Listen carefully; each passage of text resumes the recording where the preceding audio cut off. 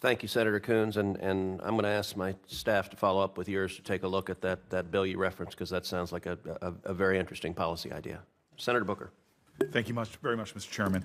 I just want to go back to the libido corridor, if we can, because I agree with what you're saying, but my concerns are about this all-in policy on the libido corridor, the enthusiasm, but we have seen right now $550 million in DFC funds that haven't been distributed yet, and that's concerning to me, understanding sort of the urgencies and how a little bit of U.S. investment goes a long way and would seem to reflect that belief that you are saying that we agree with, which is this all-in attitude.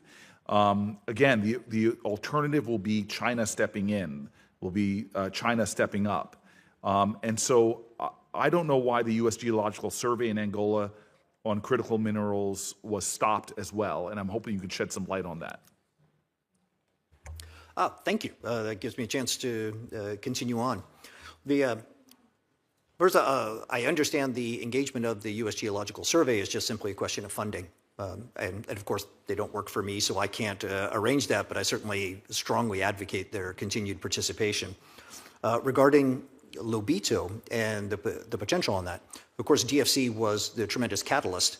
As it happens, I'm going to be in Luanda in about 2 weeks because the Corporate Council on Africa is doing their U.S.-Africa Business Summit there, where I will be engaging with the President and the Foreign Minister, and especially their Minister of Mines, to discuss a number of these issues. In fact, the whole point of my going is a commercial advocacy trip, and there's a number of U.S. companies who have ongoing issues.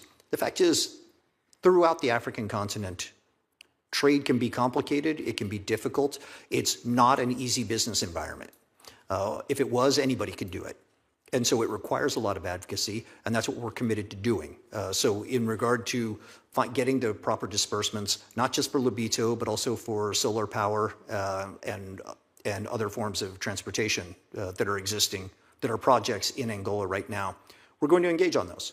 And that's particularly why I will be there. Thank you very much. It's really critical that we continue those linkages, and I know your expertise and the sort of esteem with which you're held, for you to be making the call for that disbursement, I think it would be really helpful. I know something dear to my colleagues is AGOA, and I just think that the renewal of AGOA is vital. Would you agree? Thank you. I actually spent a good bit of time today discussing that. I was hoping to get an administration position on AGOA to bring to this hearing. There are still some discussions going on, but there's no question that the last 25 years we have seen some spectacular successes, but also some spectacular needs for reform. So we hope to have an administration position on AGOA for you.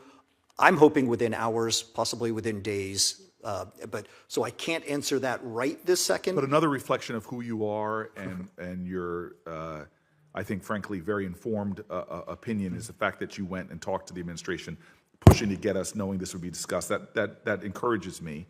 Are you thinking a little bit? I'm sure you are thinking more nuanced about how AGOA could be a really great piece, like linking AGOA with building out the libido corridor. Those could be related as a means to benefit the African communities that are really along the corridor and increasing opportunities for U.S. businesses.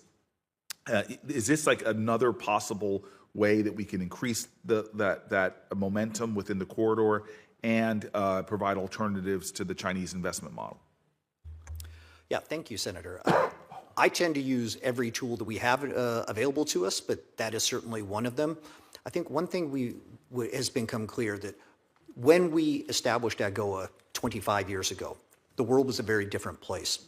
When I was talking about how excited I am about the opportunities in Africa right now, they're different than they were 25 years ago. And thus, for me, the need to have a real conversation about what a modern AGOA should look like is important. And it should be linked to the types of things that facilitate projects like Lobito and other truly open society types of investment. And so that's something that we're absolutely committed to doing. Great, and I really feel bad for a lot of the young people that have packed this hearing room. Have no idea the letters that we're throwing out there, but So maybe you can help with MCC and explaining it, but telling me, is this something else? Because it's one of the best tools we have in competing. I'm very concerned about the modest funds that we invest. We know they have an outsized return, and they've always seemed to garner bipartisan support. But the MCC, its impact that I've witnessed myself in some of my visits. We know last year Congress on a bipartisan basis expanded the number of countries MCC could work in because we understood of its vital. Rish, who I want to quote, has said very strongly we want to work with you, speaking to Secretary Rubio, to ensure that we have the tools to counter Chinese influence through the Development Finance Corporation and the MCC. But again, I just see MCC being targeted by Doge and others, which really undermines what we're doing. There's at least 7 MCC compacts with African countries that are currently paused. While paused, the U.S. and our African government partners are incurring costs because of project delays, which is extraordinary. Time is money. These compacts include road improvements, agriculture improvements, energy security, all that makes for a better platform for investment, for expanded economic opportunity for our African partners and for the United States. If the U.S. pulls out of these MCC compacts, how can African governments and businesses feel secure to enter into commercial diplomacy deals with the United States when the government doesn't follow through on its own commitments, when Congress, who's allocated money in a bipartisan way, has that money impounded by the administration? It seems not only to undermine what I would think is important rules of law of this government, but it burns through a lot of trust, increasing project costs, not making any kind of rational business sense whatsoever. Okay, thank you. I do stick my nose in where it doesn't belong on many an occasion, and across the investment and economic tools that the U.S. government has. I don't have oversight on the MCC, but I can say that internally we've had discussions during this review of all assistance programming, and have advocated for the types of programs, like you said, where we need to continue the funding just so that the project wasn't at any natural stopping point. We've been quite successful on that so far, but the overall responsibility for the future of the MCC is not something that's in my purview. I would tell you if I knew. I just don't know where that's going. But I can tell you that I visited an MCC project in Abidjan about 2 weeks ago when I was there for the Africa CEO Forum, and it is a dramatic sort of investment, a dramatic symbol of America there. And it is one of the first things that the Ivoirian government mentioned to me upon my arrival and upon my meetings with them. And I can tell you that the interest of the host governments has been dramatic in this regard. I have actually several pending calls that I have to make after I leave here to talk to countries about their potential future of the MCC.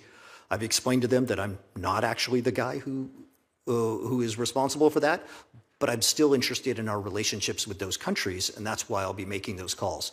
But for that regard, I'm waiting for those who are at MCC and the end of that assistance review.